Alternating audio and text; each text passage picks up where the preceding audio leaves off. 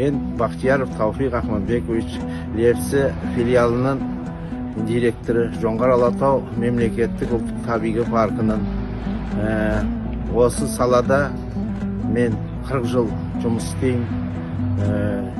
Жұмыстың басы 1983 жылы басталды.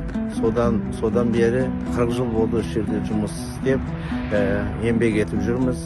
Еңбегіміз мына жерде дұрыс деп айтқанда ағашты егу, тазалау, сүрек тазалау, күзет, ауру неден сақтау, осындай міндеттер болды.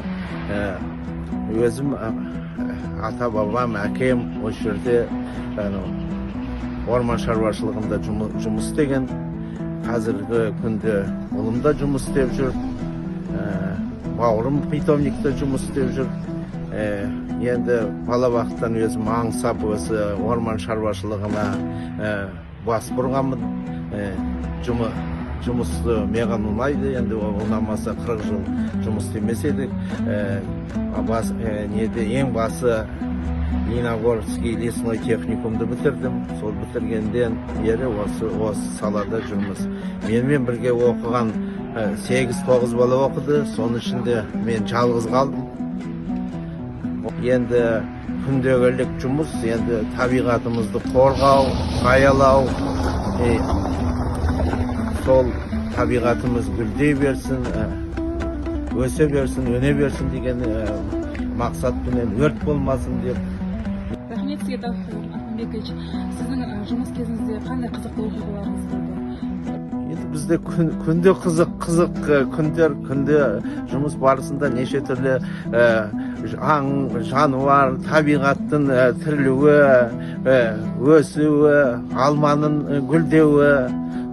Өзіміз мына жерде алма сиверсаны қарап, бағып, баптап, өсіріп, тұқымын теріп, соны бәрін нетіп жүрміз,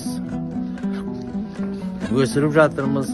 Жылда Гослесфондқа Жоңғар Алатауынан 30 гектар жер егеміз. Енді содан қызық не бар дейсіз?